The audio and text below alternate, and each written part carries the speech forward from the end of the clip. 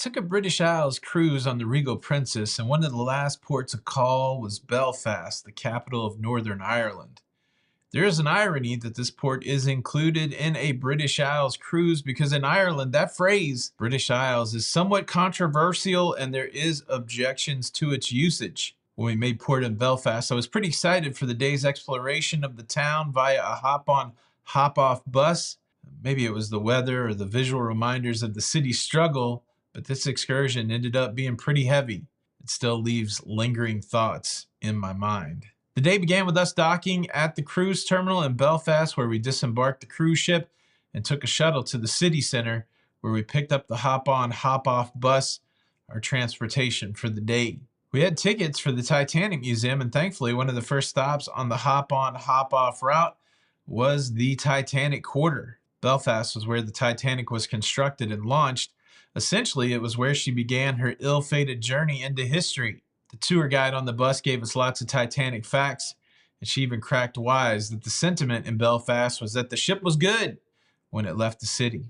The Titanic Museum, nicknamed the Iceberg, is a modern monolith rising out of the ground where the grand ship was built over 120 years ago. We did a self-guided tour through the museum, and we sprung a few extra dollars for an audio device that would lead us along.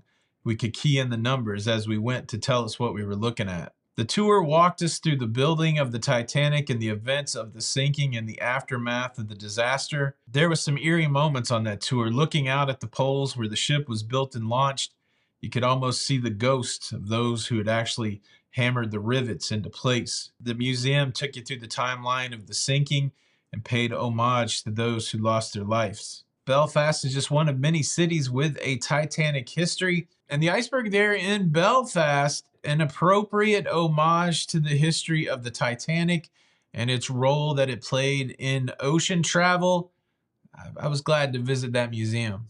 Now, across from the iceberg was another Titanic-associated vessel called the Nomadic. The Nomadic was used as a tender, bringing passengers to and from Southampton to the Titanic prior to her final journey. The Nomadic was open for exploration, and we walked around her a bit before we jumped back on the hop-on, hop-off bus. Once back on the hop-on, hop-off, we rode all over town, taking in the architecture, both modern and old, and listening to the history of the city. We got a good look at the iconic Belfast crane, Samson and Goliath, and we took in many other Belfast landmarks, and then we made our way to the Peace Walls. The Belfast Peace Walls are a series of barriers that were erected in Northern Ireland to separate Catholic and Protestant communities, particularly in Belfast during the period of conflict known as the Troubles. Now, the time period of the Troubles, 1969 to 1998, and these walls were constructed with the intention of reducing violence